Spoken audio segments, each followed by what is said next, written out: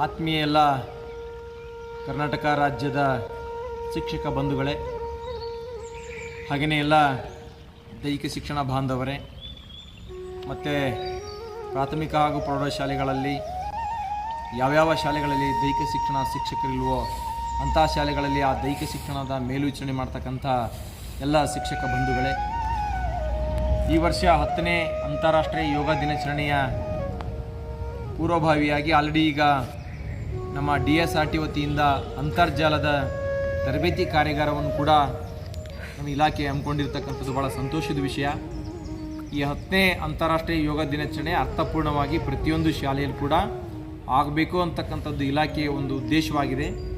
ಹಾಗಾಗಿ ನಾವೆಲ್ಲರೂ ಕೂಡ ಪ್ರತಿದಿನ 4 ಗಂಟೆಯಿಂದ 5 ಗಂಟೆವರೆಗೆ ಕೂಡ ಮೈಸೂರಿನ ಪ್ರಖ್ಯಾತ ಯೋಗ ತಜ್ಞರು ಆದಂತಹ ಡಾಕ್ಟರ್ ಗಣೇಶ್ ಕುಮಾರ್ ಸರ್ ಅವರು, ನಿವೃತ್ತ ದೈಹಿಕ ಶಿಕ್ಷಣ ಪರಿವೀಕ್ಷಕರು, ಮೈಸೂರು ಜಿಲ್ಲೆ, ಇವರು ನಮಗೆ ನಿತ್ಯವೂ ಕೂಡ 1 ಗಂಟೆಗಳ ಅವಧಿ ಅಂತರ್ಜಾಲದ ಮೂಲಕವಾಗಿ ಯೂಟ್ಯೂಬ್ ಚಾನಲ್ ಮತ್ತು ಗೂಗಲ್ ಮೀಟ್ನಲ್ಲಿ ಯೋಗದ ಸಂಪೂರ್ಣ ಮಾಹಿತಿಯನ್ನು ನಮಗೆಲ್ಲ ಮುಟ್ಟಿಸ್ತಾ ಇದ್ದಾರೆ.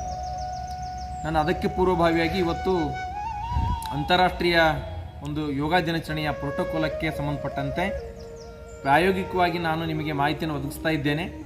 ಯಾವ್ಯಾವ ಆಸನಗಳನ್ನು ನಾವು ಮಕ್ಕಳಿಗೆ ಶಾಲಾವಧಿನಲ್ಲಿ ಅಂದರೆ ಜೂನ್ 21 ಅದಕ್ಕಿಂತ ಪೂರ್ವಭಾವಿಯಾಗಿ 3 ದಿನಗಳ ಕಾಲ ನಾವು ಮಕ್ಕಳಿಗೆ ಯೋಗಾಭ್ಯಾಸವನ್ನು ಶಾಲಾ ಹಂತದಲ್ಲಿ ಮಾಡಿಸಿದರೆ ಸಂಪೂರ್ಣವಾಗಿ ಅದು ಬಹಳ ಸಹಾಯಕಾರಿ ಆಗುತ್ತೆ.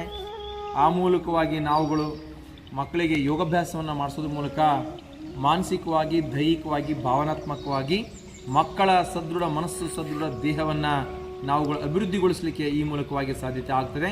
ಇದು ಇಲಾಖೆಯ ಒಂದು ಉದ್ದೇಶವೂ ಕೂಡ ಹೌದಾಗಿದೆ. ಹಾಗಾಗಿ ಯೋಗಾಭ್ಯಾಸದಲ್ಲಿ ಪ್ರೋಟೋಕಾಲಕ್ಕೆ ತಕ್ಕಂತೆ ನಾನಿವತ್ತು ನಿಮಗೆ ಮಾಹಿತಿಯನ್ನು ಒದಗಿಸ್ತಾ ಇದ್ದೇನೆ. ಮೊದಲನೇದಾಗಿ ನಾವುಗಳು ಪ್ರೋಟೋಕಾಲದಲ್ಲಿ ಇದ್ದಂತೆ ಪ್ರಾರ್ಥನೆ ಅಂತೇಳಿದೆ.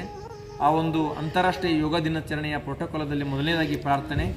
ಆ ಮಕ್ಕಳಿಗೆ ನಾವು ಪ್ರಾರ್ಥನೆಯನ್ನು ಹೇಳಿಕೊಡುವಾಗ ನಮಸ್ಕಾರ ಮುದ್ರೆಯಲ್ಲಿ ಅವರಿಗೆ ಮನಃಶಾಂತಿಗೋಸ್ಕರ ಯೋಗದ ಕಡೆಗೆ ಮನಸ್ಸನ್ನು ಕೇಂದ್ರೀಕರಣ ಮಾಡಲಿಕ್ಕೆ ಈ ಒಂದು ಪ್ರಾರ್ಥನೆಯನ್ನು ಹೇಳ್ಕೊಡ್ತೀವಿ. ಅದಕ್ಕಿಂತ ಪೂರ್ವದಲ್ಲಿ ಮಕ್ಕಳನ್ನು ನಾವು ನೇರವಾಗಿ ಕುಳಿತುಕೊಂಡು ಕಣ್ಣನ್ನು ಮುಚ್ಚಿ 2 ಕೈಗಳು ಚಿನ್ಮುದ್ರದಲ್ಲಿದ್ದು ಬೆನ್ಮೂಳೆ ನೇರವಾಗಿ ಕುಳಿತುಕೊಂಡು ಮಕ್ಕಳಿಗೆ 3 ಬಾರಿ ಓಂಕಾರವನ್ನು ನಾವು ಮಕ್ಕಳಿಗೆ ಹೇಳಿಕೊಟ್ಟಾಗ ಆ ಓಂಕಾರದ ಉಚ್ಚಾರಣೆ ಮಾಡೋದ್ರ ಮೂಲಕವಾಗಿ ಮಕ್ಕಳ ಮನಸ್ಸು ಅನ್ನುವಂಥದ್ದು ಭಾಳ ಪ್ರಶಾಂತವಾಗಿ ಆಗುತ್ತೆ. ಯೋಗದ ಕಡೆಗೆ ಮಕ್ಕಳ ಮನಸ್ಸು ಕೇಂದ್ರೀಕರಣ ಆಗುತ್ತೆ. ತಾವುಗಳಿಗೆ ಗಮನಿಸ್ತಾ ಬನ್ನಿ.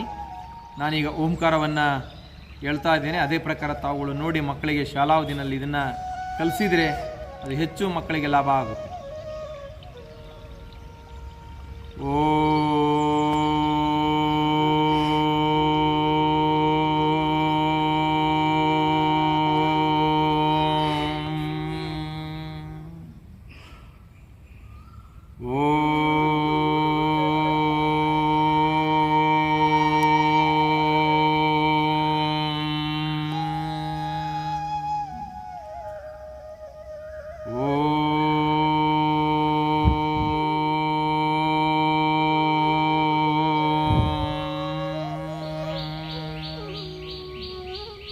ಈ ರೀತಿ ಆಕಾರ ಮಾಕಾರ ಮಮಕಾರಕ್ಕೆ ಹೆಚ್ಚು ಒತ್ತು ಕೊಡ್ತಾ 3 ಬಾರಿ ಓಂಕಾರವನ್ನು ನಾವು ಮಕ್ಕಳಿಗೆ ಹೇಳ್ಕೊಡ್ಬೇಕು.